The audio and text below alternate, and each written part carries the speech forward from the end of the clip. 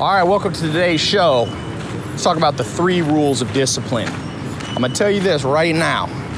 You can listen to a lot of podcasts, you can read a lot of books, you can have a lot of mentors, you can have the greatest ideas, you can raise capital. But if you do not have discipline, you will lose. Listen closely to what I'm about to say. I'm on my 15,000 step walk here in Central Park, and I wanna get to the point quick. This is gonna be a quick episode. So it's gonna be action or information packed. Okay, step number 1, understand the only 2 long-lasting organizations in history. There's only 2. My mentor, Alan Nation, said, listen, Ty, if you study history, only 2 things pass the test of time. Only 2 things. Even the stock market, the original Dow Jones Industrial group of companies in the late 1800s, none of those companies still exist on the Dow Jones, meaning none of them were able to last more than 100 and 120 years. They were not stable. Why? Because they were not built on the foundation of what? And I'm gonna tell you what the answer is. Discipline. The 2 longest lasting organizational structures in history are family and the military. That's it. So the way I've structured my businesses is to be 50% family, 50% military. There's restaurants in France you can go eat at that were founded in the 1500s. They passed from family to family. Why does family last? Well, because family by its very nature is the passing on of DNA and therefore has this link to the past. But you're not gonna be able to hire only your family. You're not gonna be able to make money only with your family, most likely. So what does that leave you with? Military. The Greek army, the Persian army, Iran, these have been around for 1,000+ years. Why do they survive? It's not just because mankind likes to go to war, although that may be part of it. It's because they're hyper-disciplined structures. So whatever you're trying to do right now, if it's not working out for you, you could blame the book, you could blame the mentor, you could blame the business idea, but you may want to look inward and go, am I building something that's built to last? Am I building something that's built around a rock? Or is my foundation built on the sand? Am I a disciplined person, both emotionally, mentally, and physically? There's 3 areas you have to be. So that brings me to point number 2. Understand that there's a 3-part approach to discipline that has to be taken, okay? And what I find with people in general is we're usually very strong at one, average at the other, and weak at the third. You cannot be weak at any. A chain is only as strong as its strongest link. Wherever you fail, you got a helicopter? I've been on a helicopter. A lot of people die in helicopters. That's why I don't go. A billionaire just died. A West Virginia coal billionaire just died in a helicopter. You know why? Because a helicopter has many moving parts. Not only the main rotor, but it has that rotor in the back. And it has the tilt forward or the tilt backwards. You know why they crash a lot? Well, because there's a lot of moving parts, and it's hard to manage a lot of moving parts. Well, guess what? Making money is a ton of moving parts. It's a ton of moving parts, and that's why 90% of business owners fail within 5 years. 90% of people, everybody wants to be rich, but very few people are rich. Why? Because they lack military-style discipline. I'm not saying you have to be exactly like the military, but I'm saying you have to understand that basic structure and keep that metaphor in mind. Again, that's point number 1.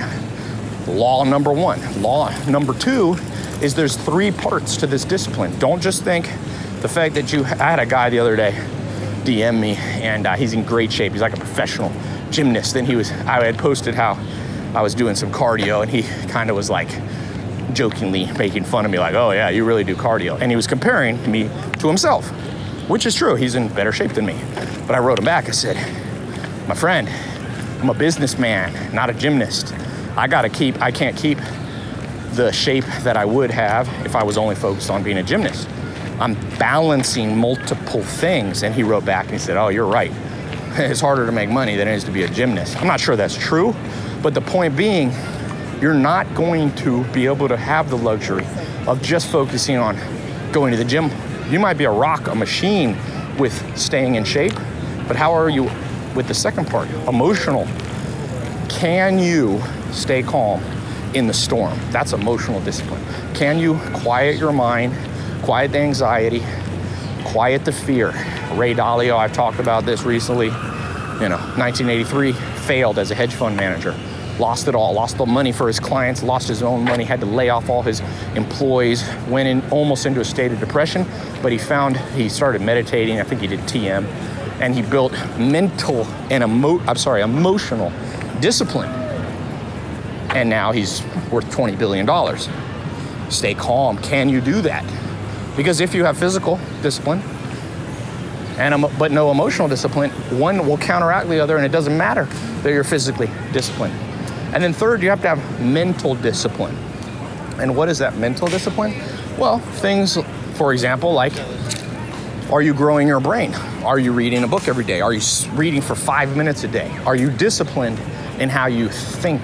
Are you logical? Do you start your day with a yellow notepad, writing out, sitting in a chair, as I've talked about for almost 5 or 10 years now, sitting in a chair for 10 minutes a day? One of the great philosophers, Pascal, said all mankind's problems could be solved if they could only sit alone in a room for 10 minutes and think. Are you doing that? Do you have mental discipline to think through, or are you just scatterbrained in whatever is the shiniest object, whatever wheel is squeaking, that's the only one you focus on? No, have all three, and then you will complete the circle of discipline. Number 3, and lastly, rule of discipline is that the universe doesn't care if you have it. What do I mean by that? Well, look, here's the hard and cold fact about life that you realize once you become an adult. Nobody cares. So let's say you choose to ignore what I'm saying, and you say, you know what, it doesn't matter. That's my weakness, Ty. I've just always been, an anxious person. Great. Here's to the double-edged sword of no one cares, meaning no one in the universe really cares. No adult is gonna call you out and call you up. It's not like in elementary school where kids laugh at you for your weaknesses. No, nobody cares. But the downside is the universe doesn't go, you know what? Here's a person who's pretty disciplined physically and mentally, but not very much emotionally. You know what? I'm gonna overlook it, and I'm gonna let them reach their goals and success in life. Nope, the universe is a harsh taskmaster, sadly. It's kind of like the laws of inertia. If you're in a car and you're a really good person, you're a saint, you're the nicest person on earth, you don't wear a seatbelt, there's a car accident, you fly through the windshield. The universe does not look at your intentions. It doesn't care if you're a saint or a criminal. A serial killer, if he's wearing a seatbelt, survives. And the nicest person in the world dies. And so if you choose to ignore what I'm saying about discipline, just to understand one thing, the universe will not make an exception for you and say, you know what? Basically every successful person in history, everybody who won at life and got their goals was pretty darn disciplined. But you know what? There's this person, Bob Smith or Jennifer, she lives in Iowa. She really means well, really good person. And so you know what? We're just gonna give them a pass. The laws of success and the need for discipline, they just don't apply because I like this person. You think that's gonna happen? No, the universe is irrespective of people. Irrespective of your intentions. Many people have intentions, few people reach them. So, here's my closing advice to you. Wake up, have a routine, test many different ones, stick to the plan. If you're on a plan and you want to experiment with waking up at 6 in the morning, do it, no matter how you feel. That's mental discipline. When today something stressful happens that you normally would freak out, choose to be disciplined and go, let me stay calm. I'm going to stay calm. Say it to yourself 1,000 times if you need be. Buy the Calm app, the Headspace app. Learn to quiet your emotions. And lastly, exercise every day. Get the physical. Even if you just walk. For those of you super out of shape, every person in my company that's super out of shape, or I'm sorry, my friends, not really my company, I tell them, look, walk 10,000 to 15,000 steps. Build up to it. Start with 1,000 steps. Every one of them gets in good shape or better shape. Discipline. Then once your body's ready, hit the weights. Disciplined in how you eat. One of the Gracies told me, the founder of the UFC, one of the Gracies, Orion Gracie, red belt, he said, Ty, one of the best disciplines is when there's 5 pieces of pizza and you're on your cheat day, eat 4. I said, why? I'm still eating pizza. He said, yes. But the pizza once in a while is not going to hurt you. But the discipline to be able to resist that last piece, that's priceless. That's what makes you a jiu-jitsu master. That will make you a jiu-jitsu master of life. So good luck out there.